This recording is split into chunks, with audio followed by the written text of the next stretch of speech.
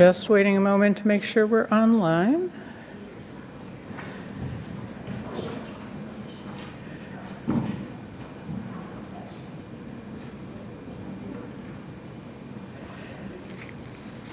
Good afternoon, friends. Good afternoon and welcome to this celebration of the life of Jennifer Brinch. Born November 19th, 1944, died June 1st, 2024. May her spirit be at rest. We gather here today to speak her name, to recall her face, the sound of her voice, and the spirit of life that filled her through her days. We come here aware that we have lost a beloved mother, grandmother, friend, and companion. We come aware that someone precious and wonderful will no longer bless our presence.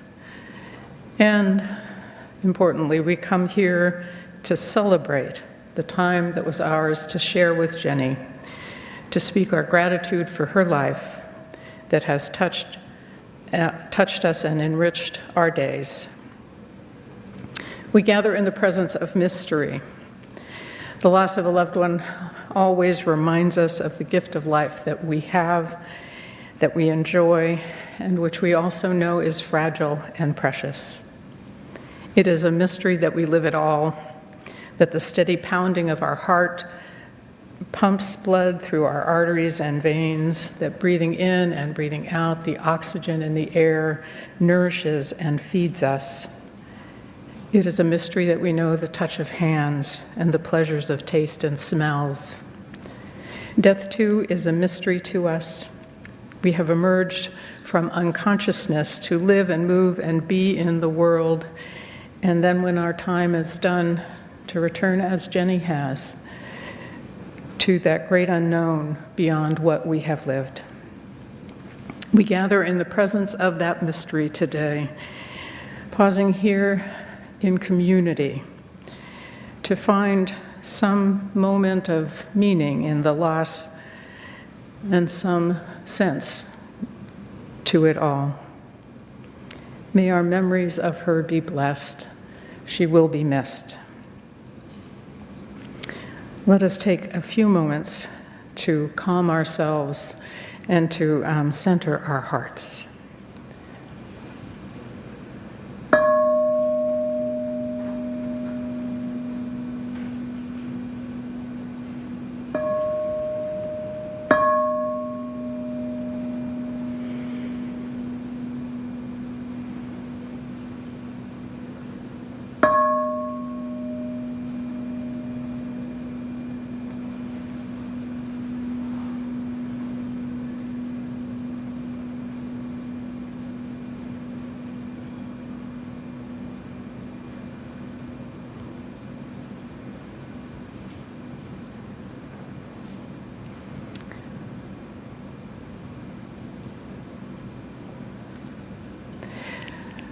Will you join me in saying chalice lighting words as I kindle our chalice?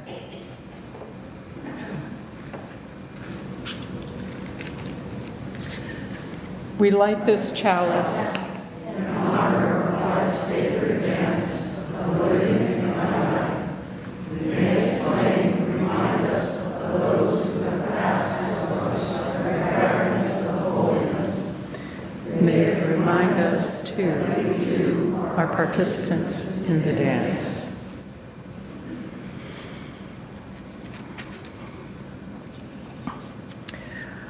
Let's sing together one of Jenny's favorite hymns, For the Beauty of the Earth. If you want, it's in the gray hymnal, number 21, but the words will also be projected.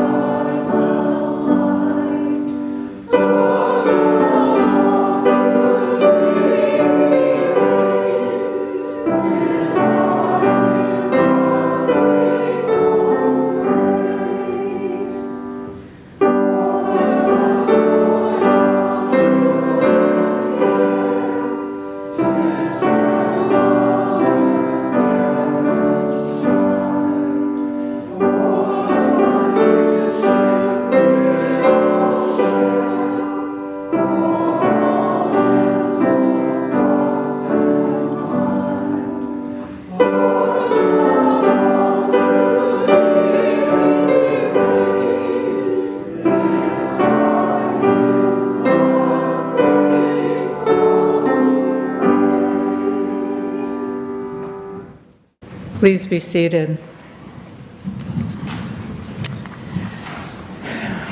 I did not have the pleasure of getting to know Jenny very well. And so my sharing of her story comes from conversations with her family. What a life she led. She was born in Londonderry, Ireland, in a refugee camp. Her parents had been evacuated in the midst of World War II from Gibraltar. The world was at war, and danger had come to their home, and so she came into the world at a time of global panic and trouble. And I have to say, over the nearly 8 decades that she spent on Earth, it seems to me that she cultivated a life that was rich in adventure and relationships and service. Her family didn't spend a lot of time there in Ireland. She and her parents and her older sister Hetty were convinced to move to New York City to join family already living there. As happens with migrants, in that day and in ours, they all moved in together, 6 people sharing a 1-bedroom apartment. We can only imagine the kind of forbearance and grace that it took to make it work, but make it work they did, and then soon found a more proper home for that number of people. She spent her growing up years there. She attended Catholic schools, good Catholic family, if I'm understanding right, and was very clear by the time she got to the end of it that that was enough of that. Her father, on the other hand, demanded that she go to a Catholic college, and she refused. And eventually, she won that fight. Now, I hear from her family that her father was a very fierce man, so it might be surprising that she won, but he seemed to have passed that on to his daughter. Her ferocity topped his. In 1967, after she graduated from high school, she married Gary Lazardux. Close enough. Jenny left college, which she had started, and they moved to California. There, a year later, Christina was born. Jenny went on to finish her degree in history while pregnant with Peter, who arrived in 1968. It wasn't a happy marriage or a happy time for her, for them. The marriage ended and she moved back to New York, bringing her husband, her ex-husband, with her. Now, I didn't manage to get all the full details on how that fell out, but I have a sense of the care and concern and relationship that made sense to her. I also didn't find out the full story on that sometime in that period, in the 1960s, she learned how to scuba dive from Navy SEALs. And that, I have to say, unlocked a passion for discovery of the underwater world for her. She would, over the course of her life, travel the world to dive. She saw the underwater world that was near close to 40 countries. It was an amazing part of her journey. Jenny found work there in New York in a Catholic school as a school counselor, and there she met Sonic, a Danish exchange student who would be the love of her life and her partner in everything that follows. They married in 1972 and returned with Christina and Peter in tow to his homeland, Denmark. Sonic worked there as a pharmacist, and Jenny found what work she could, substitute teaching, selling shoes, eventually training to teach English as a second language to adults. Deanna arrived in 1976, and that completed their family. In 1978, Sonic shifted his professional focus, and the family moved to Indonesia for him to manage a manufacturing plant. It was a busy time for Jenny, too. Along with caring for her family, she dove into public health work. She had become deeply interested, especially in helping women through pregnancy and birth and breastfeeding. She helped to start a La Leche League there in Indonesia. Eventually, she learned to teach Lamaze classes and work on family planning and more. She wrote a book while there on breastfeeding, and it had it translated into Indonesia so it would be of use to the women in that country. As she's doing all of that and busy with all of that, she earned her Master's of Public Health from the University of Hawaii with the help of USAID and continued to offer support and care to the community. Sonic's work took them from there to Bangkok in 1990, where he served as the CEO of a manufacturing plant. Another move took them to Malaysia, and in 1995, they settled in Hawaii. They would spend a happy 20 years there. Jenny flourished in her work in public health. She worked for the state of Hawaii, doing AIDS testing and education, teaching about sexual health. She traveled all over the island to do this work. Sonic, while they were there, bought property, including apartments and houses, and he rented them out and managed them. Then during this time, they bought a property at Kala Point and lived in both places for a while. Once they finally settled out here, they bought an RV and traveled everywhere, seeing more of the world. Jenny didn't slow down. I'm guessing she didn't really slow down kind of ever. Yeah, that's my sense of her.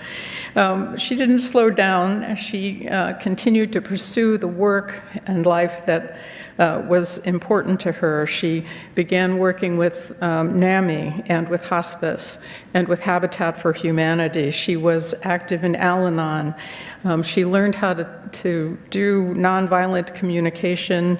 She taught family-to-family classes to those with loved ones with brain illnesses, to only mention a few of the things that she was involved with. She was a busy woman with many things that she loved and many things that she cared about. Her beloved Sonic died in 2021 after some years of decline. And then now in these last few years, she too began to decline. Difficulty with memory and balance, neuropathy afflicting her. She eventually needed ongoing care. Her family, in our conversation, mentioned the loving caregivers who tended to her in her last days, Julius and Allison in particular, who tended her as she moved toward death. The one time I was able to visit with her, the one time I met her, it was clear to me in our conversation, brief though it was, that her Buddhist practice and teachings readied her to release this life. And as she approached her death, she was deeply at peace.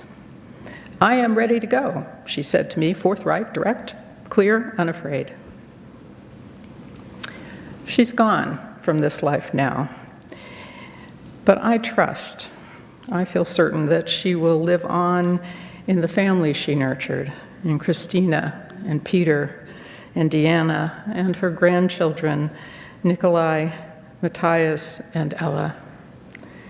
And she lives on in our memories and in the ripples of love and care that she gave so freely to so many in so many places.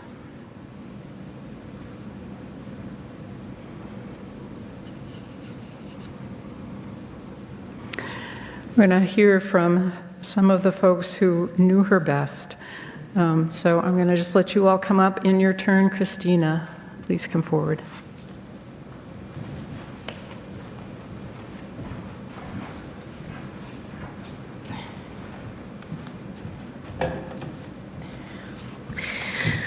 I'm so glad you're here. I don't know if I can get through this, but I'm going to try. I wanted to remind people that if you've heard these stories before, just bear with me.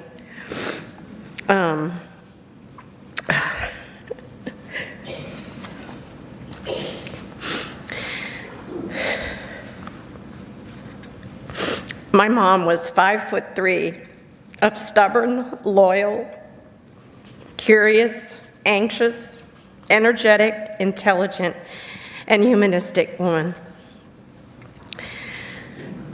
Her stubbornness and loyalty were part of what made her a very protective mom. I called her a true mama bear. When I started in 5th grade in a Danish public school, and that's when you start English classes in 5th grade, the teacher asked me to read a sentence out loud to the class, and after I had done so, the sentence included the word aunt, A-U-N-T, and the teacher immediately in a kind of a harsh, loud voice said, "That is not how that is pronounced," she said, and in a very proper British accent. She said, "It is not an ant, a bug that crawls on the floor," she said. So I went home and I just was humiliated and really upset to have been signaled out that way. And she showed up at school the very next day and let the teacher know that it was not okay to correct my American accent. There was nothing wrong with speaking like an American. And the teacher pointed out that she had nothing else to correct me. And my mom said, "Then don't correct her." And I never went back to that class. I'm not sure the next story is about her stubbornness or her true grit or both. But when she applied for the job as the AIDS counselor and tester on the island of Hawaii, they asked her if she could draw blood. And she said yes, easily. And the opposite was true. And she called me up in Seattle and said that I needed to teach her. And so I arrived on my vacation to Hawaii with all the paraphernalia needed to teach her, and the next couple of weeks, my dad sported dressings on both arms. He was incredibly tolerant, and it was really good. He had a high pain tolerance. And consequently, she did an amazing job at that job. And she drew blood on the drug addicts with butterflies and was amazing. And she was very proud of that fact. And Mom never gave up on her children. And when Peter and I got ill, that's when she joined the local NAMI affiliate and took classes and learned all she could. When it was a summer after my sophomore year in college, and we were visiting my grandparents, and I had told her that I had regretted turning down transferring to Bradley University, which had a nursing school, because mine didn't. You had to have an RN degree before you could get a bachelor's there, and so I would have had to move to either Chicago, which I knew nobody, and so I didn't know what to do. And an hour later, she hands me the phone and says that the admissions director from Bradley University is on the phone and would like to talk to me. And I was like, "What did you do?" And she goes, "I impersonated you." And I got on the phone, I was like, "Hello?" And she's like, "This is Charlotte All. I'm your admissions director at the nursing school of nursing, and I hear you want to come here." And I was like, "Yes." And 2 weeks later, I was admitted. I would never have done that on my own. My mother was intensely curious about history, culture, and nature. And as a family, as mentioned, we traveled all over the world to every continent. And I actually looked it up, except the poles. We didn't go to the poles. She loved learning about how people live differently and reveled in especially the local cuisines. A common statement of hers was, "I do not need to be hungry to eat." And chocolate was tacked on most of the time. And yes, I'm sure some of you knew of her chocoholic tendencies with her 80% cacao bars and a big t-shirt that chocoholic. Her curiosity extended most strongly to the natural world in various ways. I have very good fond memories of walking in the Danish woods on a regular basis, which is something my parents shared. Exploring the underwater coral reefs all over the world was also something that we shared. She and Dad would scuba dive. We went to this every single month in Indonesia. We would go out to this one island called Papateo. Papa means island in Indonesian. And I would skin dive down to wherever they were, 15, 20 feet or so, and they would hand me their octopus, which is the spare regulator that they carry for safety. So I could kind of follow along, and I was 15 years old. Mom and I took a trip to the Similan Islands off the southern coast of Thailand when I was in college. And it was a week-long liveaboard where you dove 4 times a day. And I was appalled that she would book this. And I thought, I'm going to be bored 4 times a day. And I was certain I would not like it. But not at any one point in time in the entire trip did I feel anything as tame as bored. The word for what I felt after the trip was over was addicted. And that includes when I ran out of air at 30 feet. And my mom was so mad that I didn't turn around. She was behind me at the time. I didn't turn around and ask for her air. My dive master was in front of me, and I was signaling to him, and from that time on, she was so hurt that I didn't ask her for her air. It was funny, but she was really mad at me at the time. Mom suffered from anxiety most of her life, and one of the reasons, she always had a self-help book close by. I'm not sure she ever read a fiction book, which is something we definitely did not share in common. And kids' books don't count. One of her ways of coping with anxiety was to plan everything, and maybe over-plan was the word. But I appreciated her motivation in taking care of both us as kids and as a whole as a family. Our summers were meticulously outlined from place to place because my dad's company gave us 2 round-the-world tickets per family member per year for 15 years. And I missed that so much. She also attended Al-Anon 12-step meaning support groups and studied Buddhism. And I don't actually know how that came about. This, more than anything else, made, in my opinion, the hugest difference in her life. She was able to truly internalize the concept of radical acceptance to so many of her challenges in her life. I was floored when I had to start going through her mail when she couldn't do it anymore, the number of charities that she contributed to, and they were all related to either the natural world and ensuring people had health care and social justice, which is all the bumper stickers you see on the table. That's all from the charities they sent her, so I thought I might as well share it.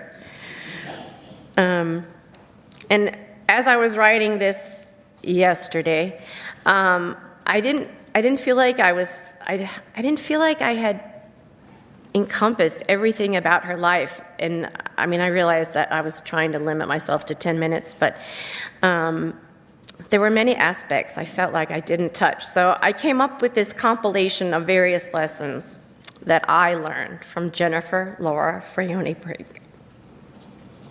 And they're in no particular order or logic. How to be a rebel and skirt authority. Frugality is a virtue. Don't throw anything else away that someone else can use, and that's most things. A marketable skill is the most important thing in life when it comes to supporting yourself, and vital for every woman. Housing should be the first priority concerning your income. If you do a thing, do it well. Be authentic and say what's on your mind. This was a really big one in her life. Pay cash for anything at all possible. Help others whenever you can and practice service. And I will miss her so very much that it is virtually impossible to imagine my life without her in it. But that is my task ahead of me. Thank you all for coming today and for your support and kindness. It has meant more than you could ever know. Thank you.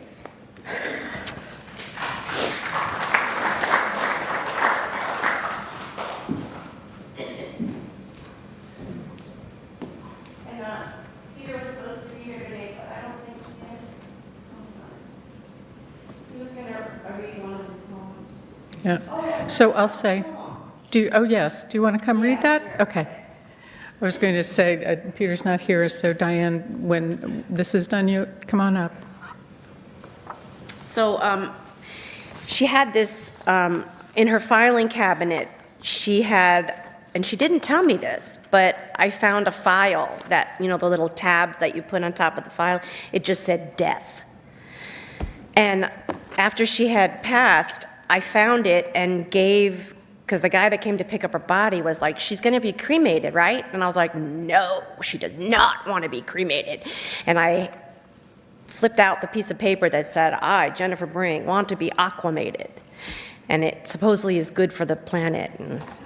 And so I handed that to him, but I lost the file somehow. But one of the things that I did remember was she wanted this poem read at her memorial service. And I did a little research on the poet, and he was originally from Palestine, and during the 1940s war with Iran, he fled to Lebanon, and then actually moved to Israel, where he lives in Nazareth, I think it's called. His name is Taha Muhammad Ali. I think he wrote it in 2006. At times, I wish I could meet in a duel the man who killed my father and raised our home, expelling me into a narrow country. And if he killed me, I'd rest at last. And if I were ready, I would take my revenge.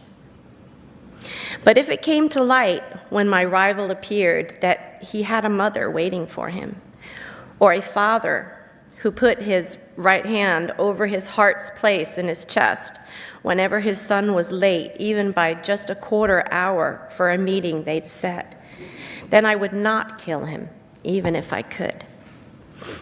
Likewise, I would not murder him if it were soon made clear that he had a brother or a sister who loved him and constantly longed to see him, or if he had a wife to greet him, and children who couldn't bear his absence, and whom his gifts would thrill, or if he had friends or companions, neighbors he knew, or allies from prison or a hospital room, or classmates from his school asking about him and sending him regards.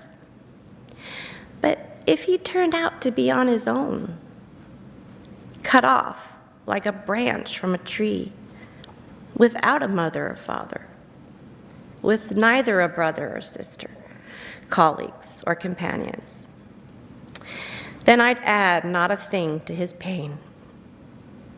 Within that aloneness, not the torment of death and not the sorrow of passing away. Instead, I'd be content to ignore him when I passed him on the street, as I convinced myself that paying him no attention in itself was a kind of revenge.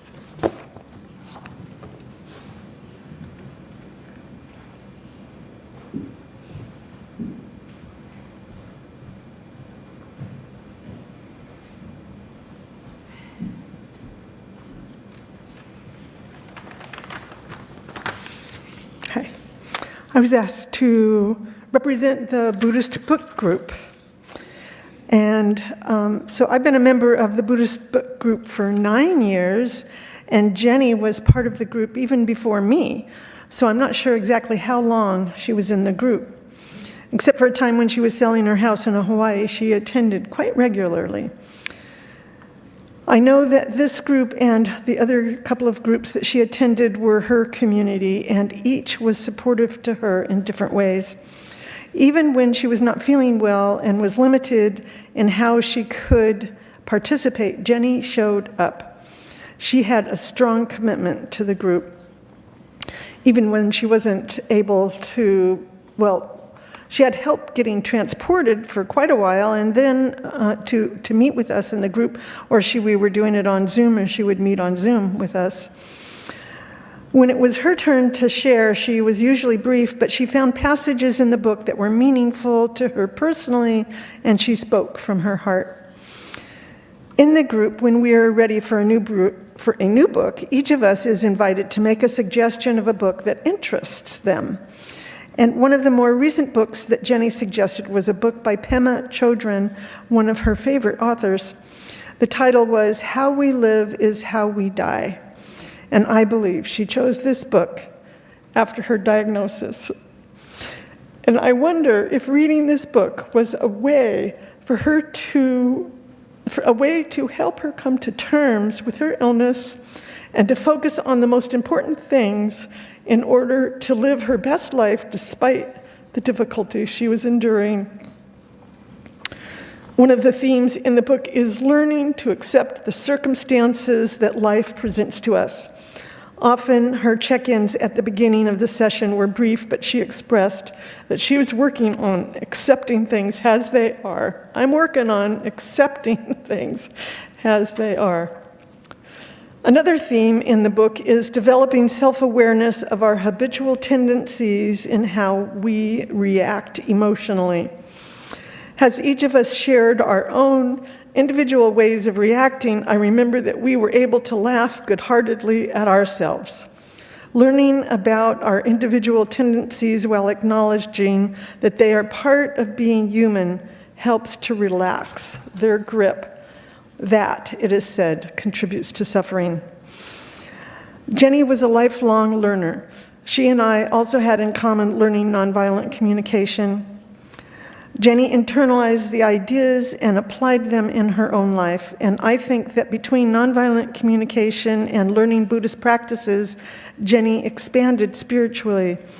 This was manifested in her growing patience, ability to be patient, and her capacity to deal with difficult situations. In talking about Jenny, those of us in the group agreed that she demonstrated grace in her acceptance of her illness and its impacts on her body.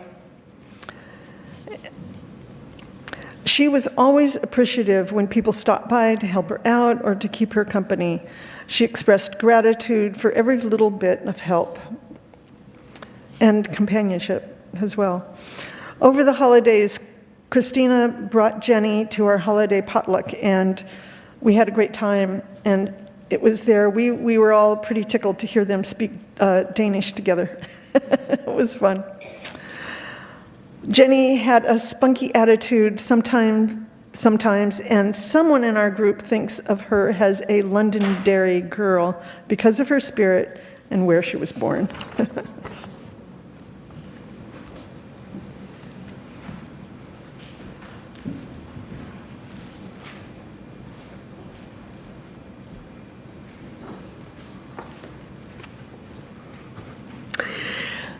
I'm Valerie Phimister, and I know a lot of you from various things, but I've known and worked with Jennifer over the last 13 years. I first met Jennifer at a NAMI support group meeting. I was in crisis with my daughter's first psychosis episode. I was the one who needed a whole box of Kleenex, and she gave it to me. It didn't take me long to figure out that I was not alone, and between Jennifer and Elaine, it became clear to me that there was experience and knowledge that I needed to tap into. So over time, I discovered how valuable an advocate Jennifer was. Like a dog with a bone, she would not rest until that bone, that problem, that issue was safely disposed of or dispatched. She went after solutions with unparalleled vigor and knowledge. She did her homework. She found out what she needed to learn to make things happen. So if you've ever tried to navigate the mental health system in this country, you know exactly what I'm talking about. Unlike the medical health system, it throws every roadblock in your way.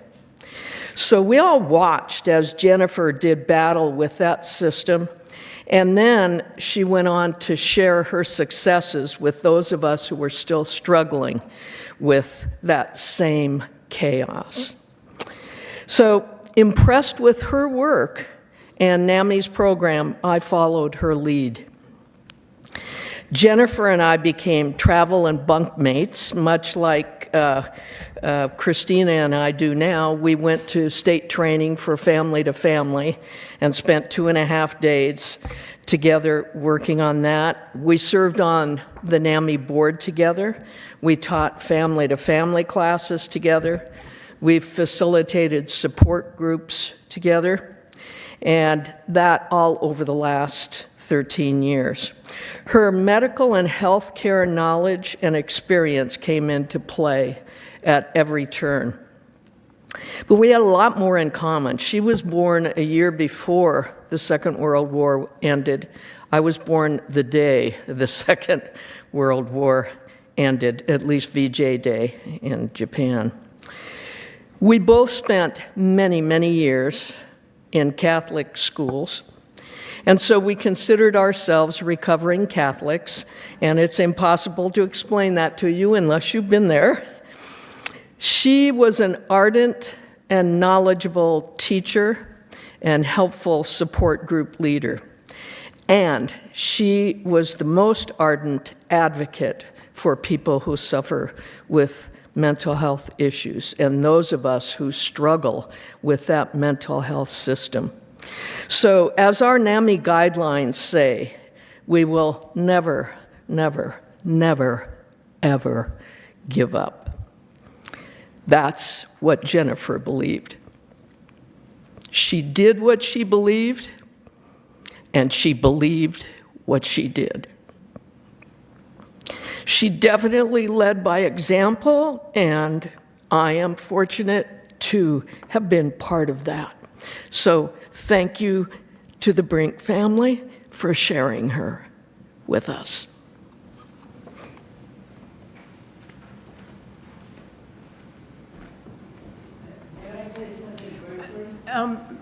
We're actually about to move into a time of sharing, so yes, you may, but let me introduce it. You can go ahead and make your way up if you want. So we're going to take a few minutes to hear some stories from you. Let me note that brevity is the essence of wit, but it's also the essence of getting to the reception where we can talk with each other some more. So be mindful of the length of your sharing. I invite you to come up. I think if you are not able to come up, I think we can probably get a mic to bring to you, but please.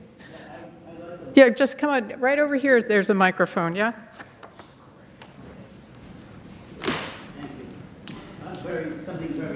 Yeah, that's fine. Just do it into the microphone. Okay. So my name is Robert Kamashane, and I was a good friend of Peter's, perhaps his best friend. I moved here in the end of 1999, and he came soon after that. So I just want to say, those of you who know, he had and continues to have a very, very painful life, which I myself did for almost half a century until 2008 when I fully recovered. And, well, I just wanted to say, there's a lot to say. His creativity, during all this, when I had my pain, I couldn't do it. His poetry, his music, his art was incredible. But the main thing I wanted to say was his family, Jenny, Sonic, Christina, were boundlessly kind and loving and helpful. And even when, as I say, Peter wasn't always that much appreciative, he didn't understand that. And so I just wanted to say, I myself had a family who supported me so much. It was a key factor in my finally recovering. And knowing people and the system, everything, not everybody's family was like that at all. So I really wanted to say that to Christina and Jenny and Sonic, how beautiful that was, and how much I feel appreciative of that. Thank you. Yeah, just come on up.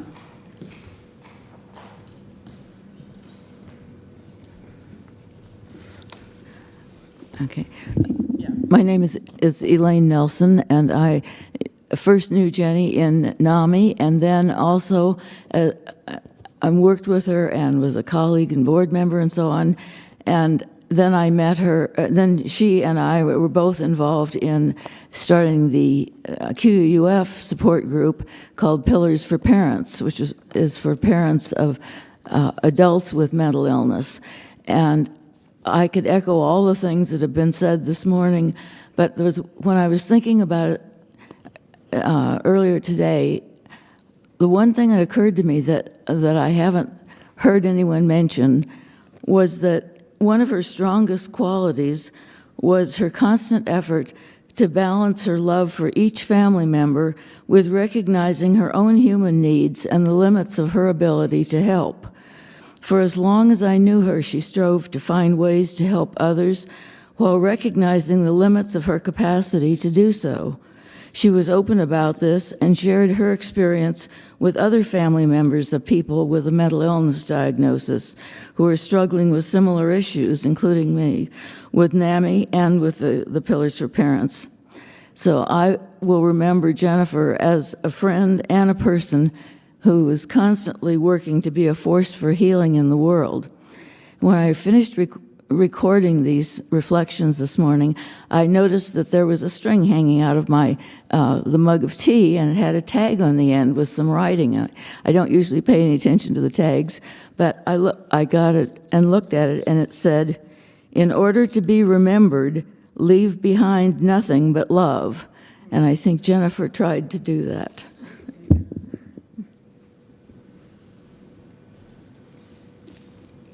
Yeah, and if you're hoping to share, just come on up so that we're not spending a lot of time walking. Good. I'm Patrick Johnson, and I see so many people from NAMI here. I feel like I'm in a support group meeting. But the rest of you are welcome as well. So I just want to share a story. When Peg and I moved to Port Townsend, it's a bit over 8 years ago now. One of the reasons we moved, of course, is QUUF. Another reason, of course, is that I somehow heard there was a pretty good NAMI group here, which is great, and I've been involved with NAMI for a long, long time. Val already mentioned that you're not alone, and Jennifer made sure that we were never alone. And another thing we talk about in NAMI is that we all have a story. We all have stories. And Jennifer and I've discovered over time shared many things, and included a family that was besieged by mental illness. And Jennifer and I also shared a fair degree of anxiety. We didn't trade it back and forth. We each had our own, and we'd compare notes from time to time. But I want to just share a story with you. Peg and I had been in town about 2 hours. And we ended up here at Quimper. I'll exaggerate to make the point. And it happened to be Christina's birthday. And so we came here, and I'm not quite sure how this happened. Peg poked me and said, well, maybe Jennifer just invited us. But we ended up going to breakfast at the Blue Moose I'm glad you remember, Christina, so I know that I'm not making it up. And but we ended up going to breakfast at the Blue Moose with Sonic and Christina and Jennifer. And we had no idea who these people were, but we had a really good breakfast, and it was a really nice introduction to the community. And so, over the years, we've gotten to know each other. And Christina, it doesn't matter the circumstance. Just about everybody in this room has lost a mother, and it's hard. it's really hard. And we will remember Jennifer. What cemented it, though, what cemented my relationship with Jennifer, though, of course, is the fact that she was an Irish citizen. Now, everything else is good, but that's better. And so we would compare notes. Jennifer lived there very briefly, and I've only been there briefly over a couple of times, so the notes were briefly. But I did share that with your mother, and that was very important to me. So, Christina, thank you. Thank you for sharing your mother.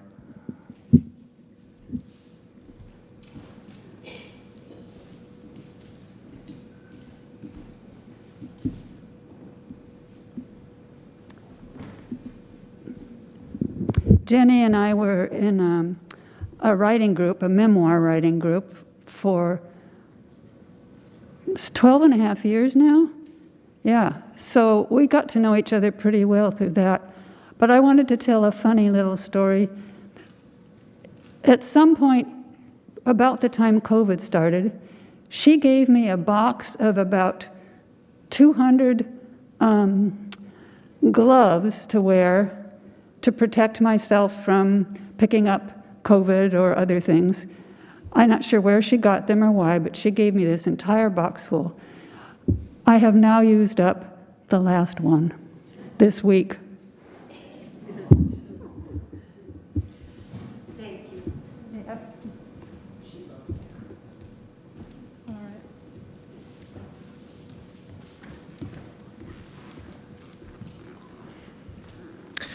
Howdy, my name is Knight, and I was Jennifer's neighbor in Calipoint. I was 3 blocks down, and I have a little funny story for you.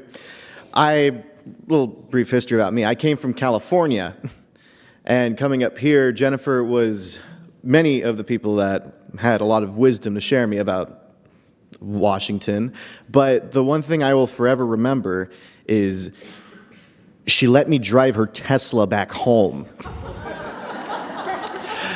And that is a piece of technology I know I will never lay hands on again, because it was just too fancy for me. And I remember when I got into the seat, it asked me to sign into an account. And there was Peter and Christina, and she says, I'll just put you in Peter, you look his size. And the seat took me all the way back. And so as we're driving down Calipoint, she says, oh, you can speed. It's 25 here. Oh, there's no cops around. So I put my foot on the gas, and it felt like an instant 80. And, well, almost hit a bobcat crossing the road. But as soon as we got back, I got out of the Tesla, and Jennifer just thanked me for helping her out with moving supplies and stuff. And as she's leaving the driveway, she hits a button and she yells my name, Knight, Knight. And she has her hands like this, and the car's driving her home. The whole time she's looking at me. So I will forever remember that moment, because I know when I came to a Habitat for Humanity job site to tell the others about it, they didn't believe me. Thank you very much, Christina, for sharing Jennifer with us.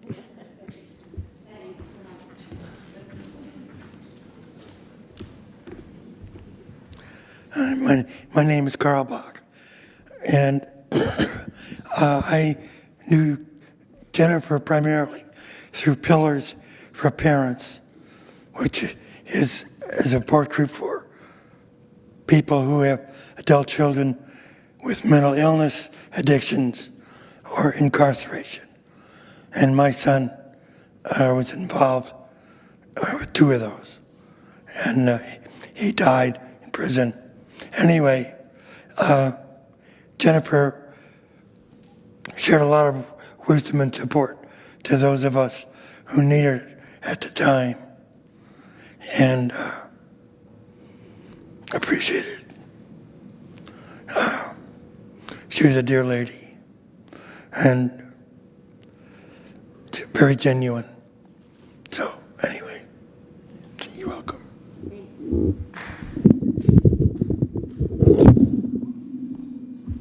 Goodness.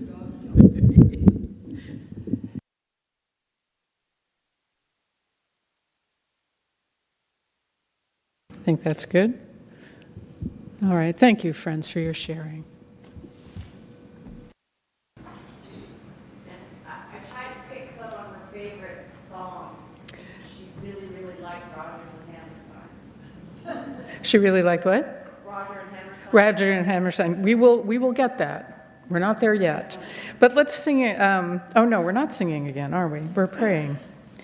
We're pausing for a few moments.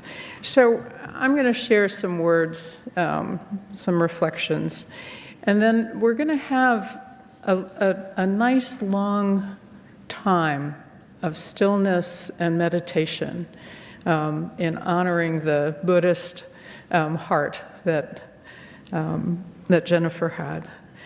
And for those of you who may not be as accustomed to extended times of stillness, I want to offer you just the idea of using a breath prayer. And a breath prayer is just one of those things that you use when you have an extended time of silence. And it's speaking in your head, speaking to yourself silently, a line as you inhale and then another line as you exhale. And so what I offer to you is, if you want to try this, if stillness is not your custom, is that as you breathe in, just think to yourself, breathing in, I breathe in peace. And then as you exhale, breathing out, I breathe out love. For you as you need it.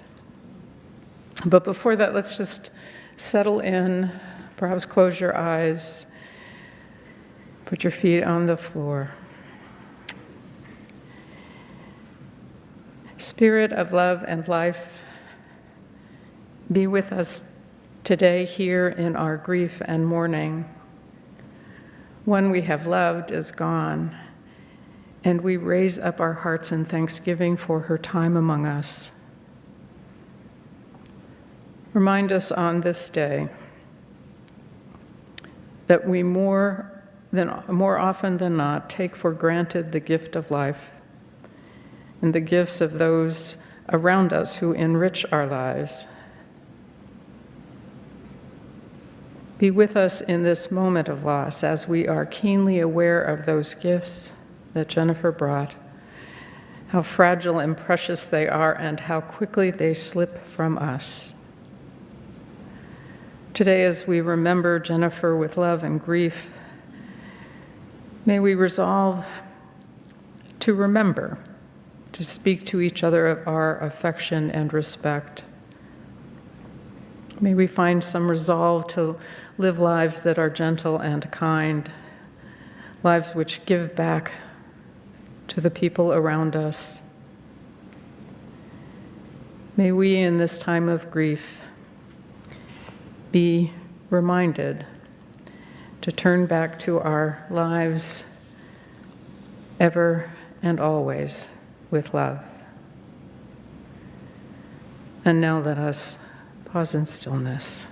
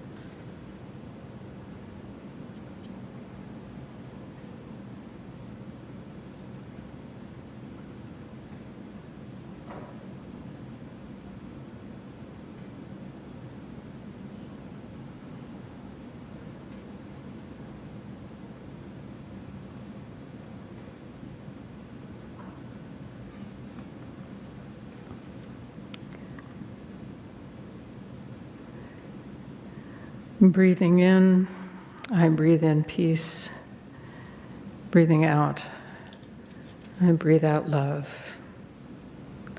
So may it be. We're going to sing again.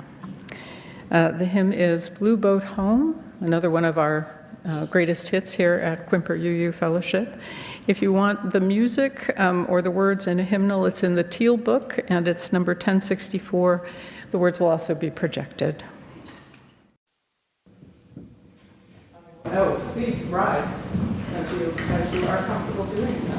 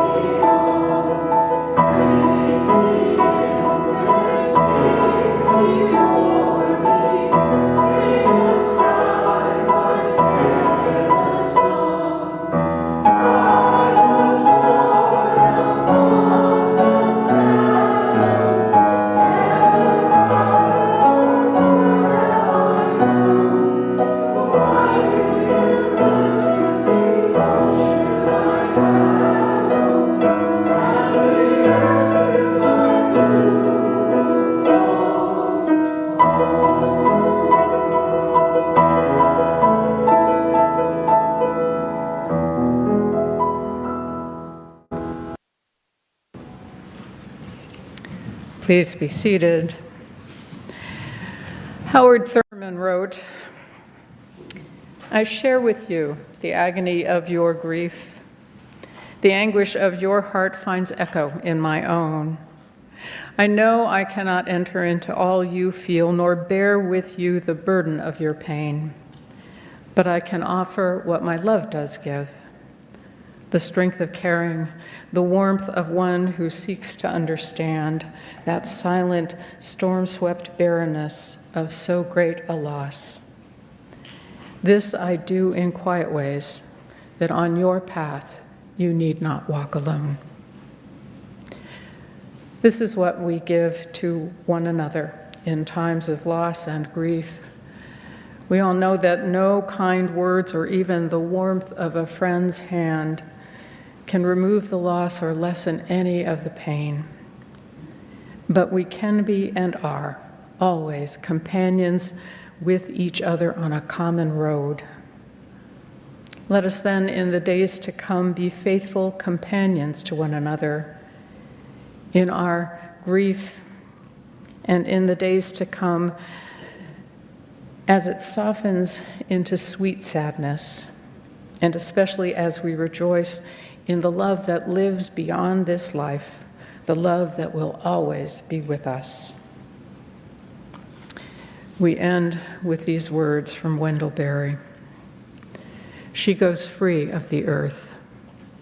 The sun of her last day sets clear in the sweetness of her liberty. The earth recovers from her dying, the hallow of her life remaining in all her death leaves. Radiances know her. Grown brighter than breath, she is set free in our remembering. Grown brighter than vision, she goes dark into the life of the hill that holds her peace. She is hidden among all that is and cannot be lost. So may it be. Amen. If we have music to leave with, or did I miss something, Christina? Did I? Right. Okay. Let's go to the last one. Okay. Go to the last one. Okay. Why don't you tell them what it is? No, it's up there. Whistle a happy tune? Yeah. Yeah, I think so. Yeah. No, not whistle a happy Yeah. tune. Oh, it is. All right. Yes, whistle a happy Whistle tune. a happy tune. That's the one. What? All right.